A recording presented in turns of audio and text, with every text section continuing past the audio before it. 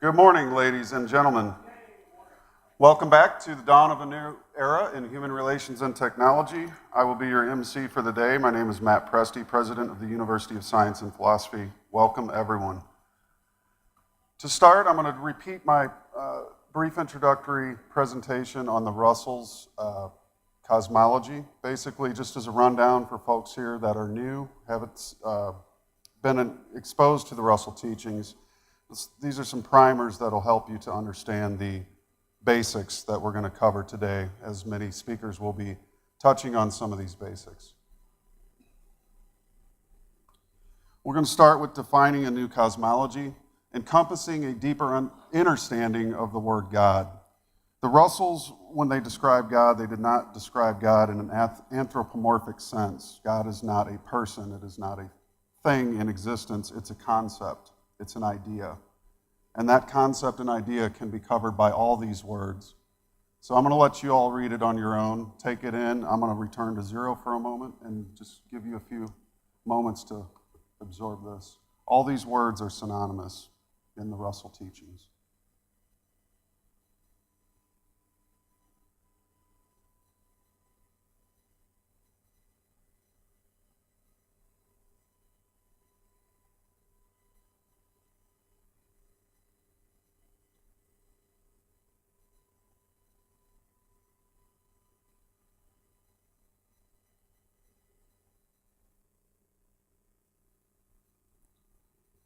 And interestingly enough, you could add about 100 more, but this gives you a basic idea. When you run across these words in their teachings, if you can, in your mind, know that they all basically relate to one another, it'll definitely help you in your understanding. This is the still white magnetic light. And notice that it is the same color as the screen itself. Why is the screen of space white? Because it's undivided. It reflects the color spectrum and the divisions of motion that occur on it. And this is everywhere. Omnipresent, it's in and through everything throughout the entire universe of creation, centering and bounding all motions.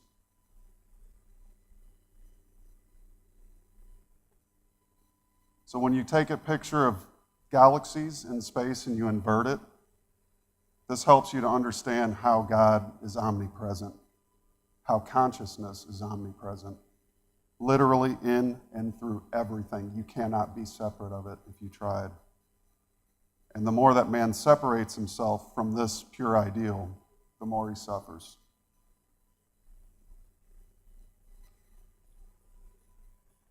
Dr. Russell would often point out in several pictures, especially in Atomic Suicide, where he wrote the one light of mind, and he showed just space, just dark space. And I had an idea one day to invert that picture, and so that inversion showed me where God actually was. In a way, you could say this is a selfie of God.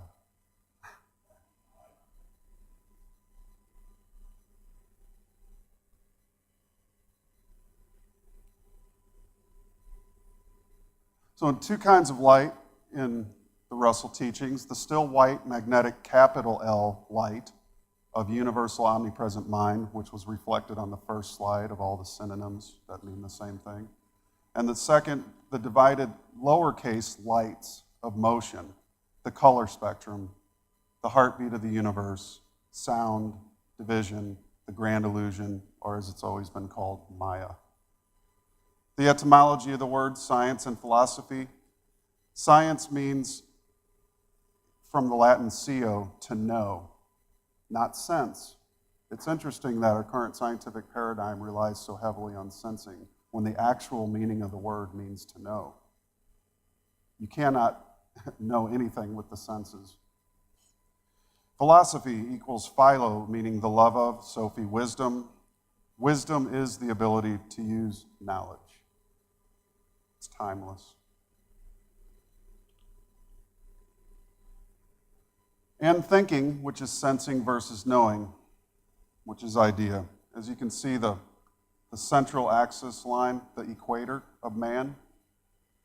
Think of anybody in nature, from a mosquito to a tree, a deer, an elephant, a man. Everything has an equator. Why is that?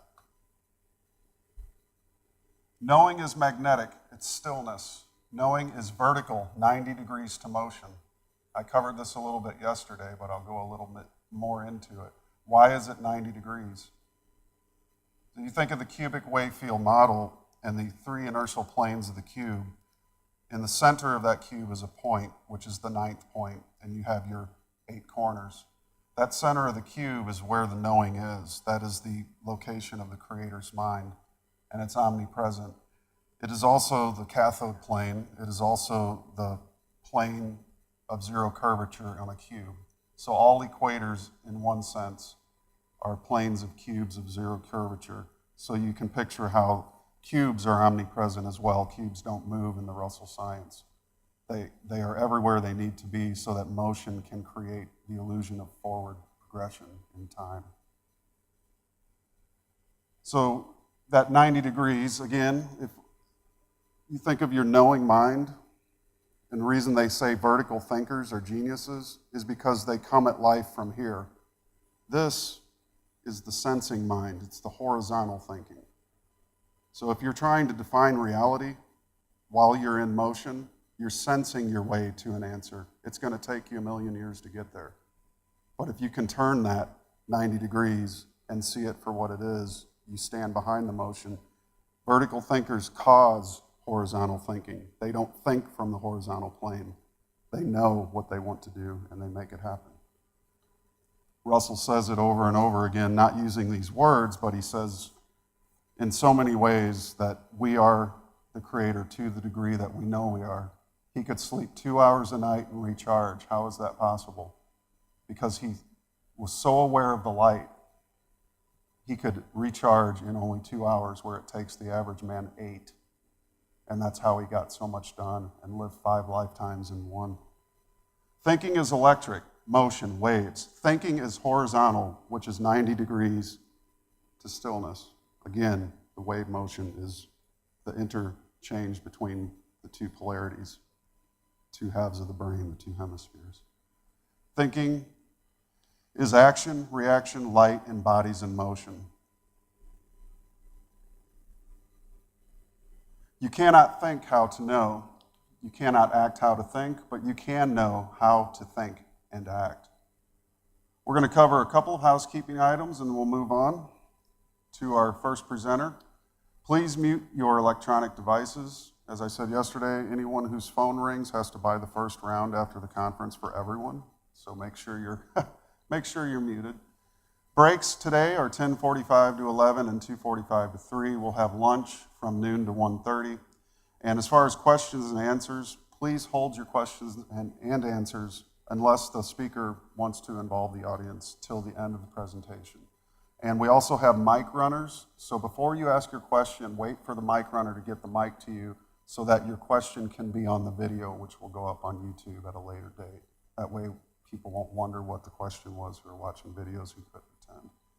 And lastly, time is of the essence, so we need to stay on time, and I'm actually ahead of time, which is a good thing. So I'll move on to introducing our first presenter of the day.